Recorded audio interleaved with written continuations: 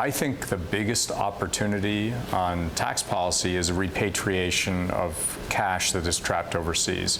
And to be clear, that's not a Take-Two issue. As it happens, 90% of our cash is actually domestic.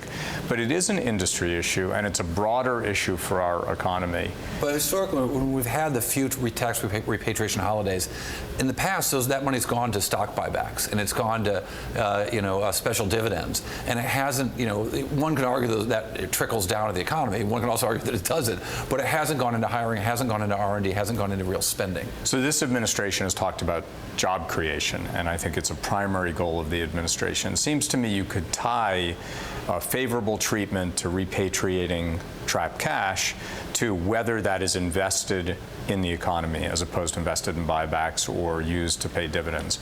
And you could tie the two in the same way that like exchanges in the real estate business have obligations and timing restrictions in order to generate a tax benefit.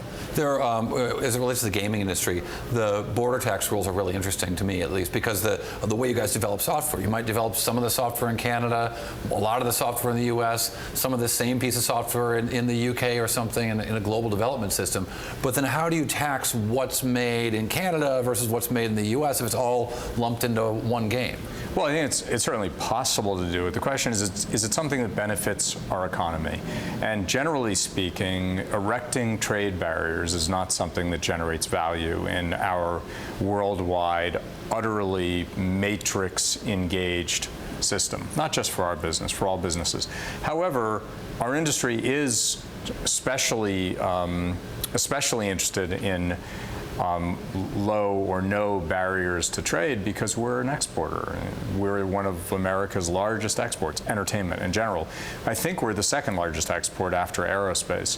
So speaking from our own industry point of view, having as few barriers to free trade as possible benefits our industry and certainly benefits our country. And I think from our point of view, we want people working at their highest and best opportunities, and that means that America's a knowledge economy, America's a trained economy, and we like the fact that we have worldwide engagement and we can put jobs where they belong. We're a big domestic employer, of course. And it's interesting too, because as the products are more digital, I mean, in the case of yours, of course, games, but you can play that out to entertainment, you can play that out to movies and so on. As they're increasingly digital, less DVDs, less cartridges, there are no cartridges anymore in the gaming business, what you're selling is bits and bytes and lines of code. So where that code is written may determine if it's made in America or not made in America and how the tax policy works. It's got to be really confusing for Congress and the White House to figure out what that means.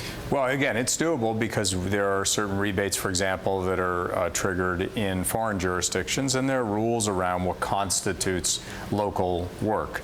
So I have no doubt that one could make rules and make those rules work. The question is, would it enhance or detract from productivity, achievement, and the overall macroeconomy?